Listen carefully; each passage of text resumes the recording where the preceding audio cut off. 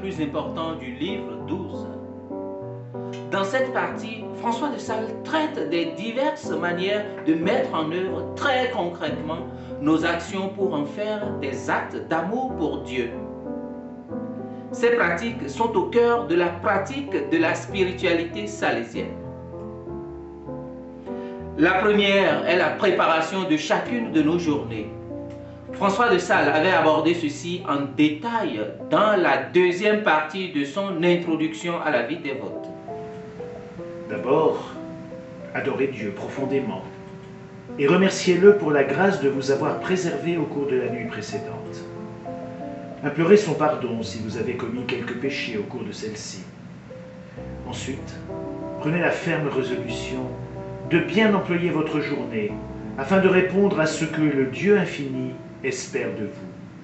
Troisièmement, pensez par anticipation aux tâches, conduites et occasions de servir Dieu que vous pourrez rencontrer en ce jour. Évoquez également intérieurement les tentations d'offenser Dieu auxquelles vous serez exposés. Préparez-vous à faire le meilleur usage des moyens qui vous seront offerts pour servir Dieu et avancer sur le chemin de la vie dévote. Préparez-vous mentalement aussi et spirituellement pour résister et surmonter aux tentations. Ce n'est pas assez de simplement prendre cette résolution. Vous devez également imaginer les moyens de la mettre en pratique. Enfin, comme un amoureux qui tiendrait son cœur entre ses mains, faites-en offrande au Seigneur, avec toutes vos bonnes intentions, le suppliant de vous prendre sous sa protection et de fortifier votre détermination, afin que vous puissiez tout entier vous mettre à son service. La même pratique spirituelle est décrite en détail dans l'article 2 de notre directoire spirituel. Pour se former à la méditation, les oblats préféreront parmi tous les autres moyens l'exercice de la préparation de la journée. Puisque cette disposition les prépare à vivre dans un esprit spirituel toutes leurs actions quotidiennes, ils s'efforceront de la mettre en œuvre selon les diverses circonstances de leur existence.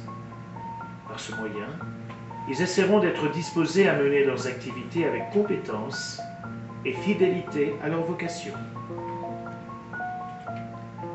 Comme il le fait dans l'introduction, François de Sales nous rappelle d'invoquer l'aide de Dieu, de prévoir ce qui se passera pendant la journée, de nous préparer pour éviter les fautes et mettre en œuvre tout ce que nous devons faire ce jour-là.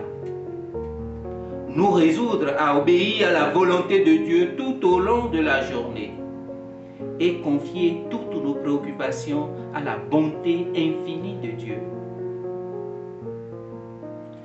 Une autre pratique que François de Sales recommande au chapitre 7 est la prière qu'il nomme jaculatoire. Pendant des centaines de fois, pendant la journée, unissons notre vie à l'amour de Dieu par la pratique de la récitation des prières jaculatoires, de l'élévation de notre cœur et la participation à la retraite spirituelle. Et dans notre directoire spirituel, l'article 7 suggère que lorsque nous sommes occupés à nos diverses activités quotidiennes, nous restions tranquillement au pied de notre Seigneur pour écouter ce qu'il dira à notre cœur, considérer sa bonté, son amour et lui parler de temps à autre avec de brèves prières.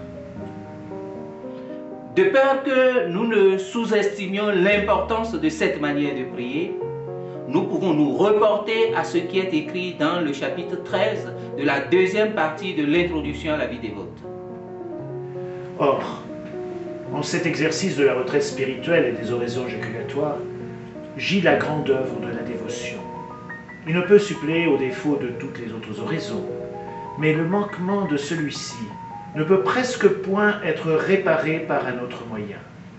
Sans celui-ci, on ne peut pas bien faire la vie contemplative, et on ne saurait que mal faire la vie active. Sans celui-ci, le repos n'est qu'oisiveté et le travail qu'embarrassement. C'est pourquoi je vous conjure de l'embrasser de tout votre cœur, sans jamais vous en départir. Plus important encore pour nous, Oblats de Saint François de Sales, Le chapitre 7 du directoire nous fournit la théologie fondamentale de la direction d'intention.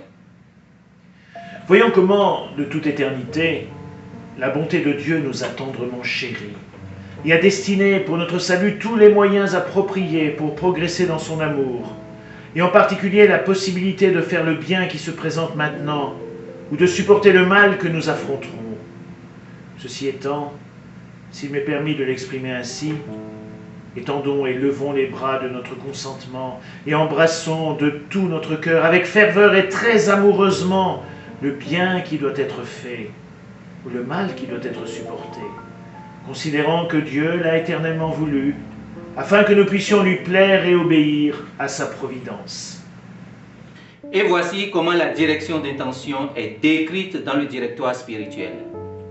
Les oblates qui souhaitent prospérer et progresser dans la voie de notre Seigneur devraient au début de leurs actions, aussi bien extérieures qu'intérieures, demander sa grâce et offrir à la divine bonté tout le bien qu'ils désirent faire. Ce faisant, ils seront prêts à supporter avec calme et sérénité toute peine et souffrance qu'ils rencontreront, comme venant de la main paternelle de notre bon Dieu et Sauveur. Sa très sainte intention est de les faire mériter par de tels moyens, afin de les gratifier ensuite de l'abondance de son amour. À ce propos, le Père Brisson, notre fondateur, était explicite sur l'importance de la pratique de la direction d'intention. L'objectif de la direction d'intention n'est pas de nous faire pratiquer un exercice imposé de dévotion, de piété, mais de nous aider à saisir notre vie et à l'unir à Dieu. La sainteté ne consiste pas à accomplir des choses extraordinaires, des actes inhabituels, mais d'être complètement unis à la volonté de Dieu et de faire toutes choses avec lui et pour lui. La direction d'intention précède chaque action de notre vie, aussi bien grande que petite. Elle nous aide à surmonter, à renoncer à nous-mêmes. Ce n'est plus notre vie, notre nature, notre façon de penser qui est la plus importante. C'est la volonté de Dieu. L'inclination vers Dieu, comme la bonne mère a l'habitude de le dire. C'est avec raison que notre saint fondateur dit que si nous voulons progresser et prospérer dans la voie de notre Seigneur, nous devons nous unir à lui dans chacun de nos actes, l'un après l'autre, autant dans nos réflexions intérieures que dans nos actes extérieurs, dans nos pensées, nos prières, nos œuvres, nos études et méditations. Notre Constitution 14 nous rappelle que le charisme particulier de la congrégation est l'esprit de Saint François de Sales, et le moyen privilégié d'acquérir cet esprit est l'application du directoire spirituel aux actions de notre journée. Et la Constitution 9 nous dit que notre pratique de la charité doit être ardente, prompte, joyeuse, pleine d'un optimisme confiant. C'est le dynamisme de l'amour que saint François de Sales exige et dont il donne des images évocatrices dans l'introduction à la vie dévote et dans le traité de l'amour de Dieu. De toute évidence, notre étude du traité de l'amour de Dieu nous aidera à comprendre et à pratiquer tout ce que le directoire spirituel nous invite à faire.